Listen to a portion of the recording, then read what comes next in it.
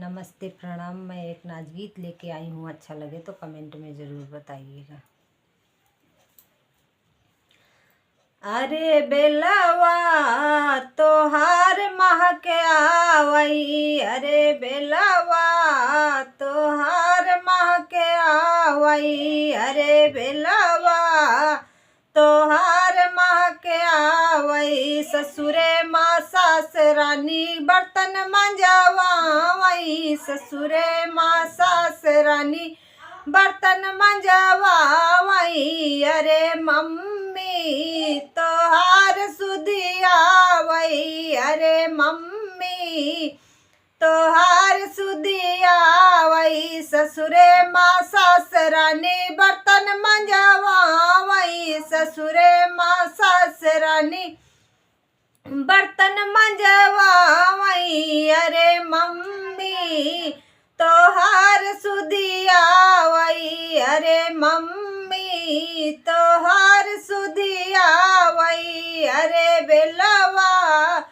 तोहार महके आवई, अरे बेलवा तोहार महके आवई।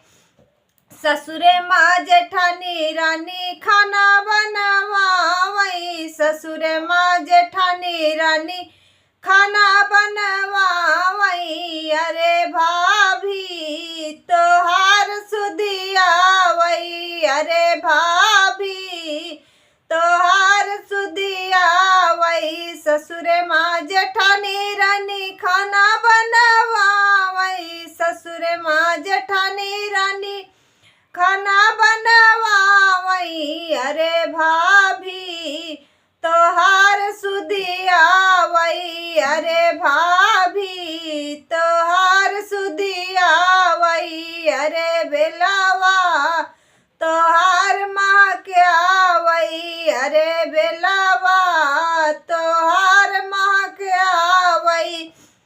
ससुरे माँ ननद रानी ताना मरवावई, ससुरे माँ ननद रानी ताना मरवावई। अरे बहिनी तोहार सुधियावई, अरे बहिनी तोहार सुधियावई। ससुरे माँ ननद रानी ताना मरवावई, ससुरे माँ ननद रानी ताना मरवावई। अरे बहिनी तोहार सुधियावई, अरे बहिनी तोहार सुधियावई। अरे बेलवा तोहार महके आवई, अरे बेलवा तोहार महके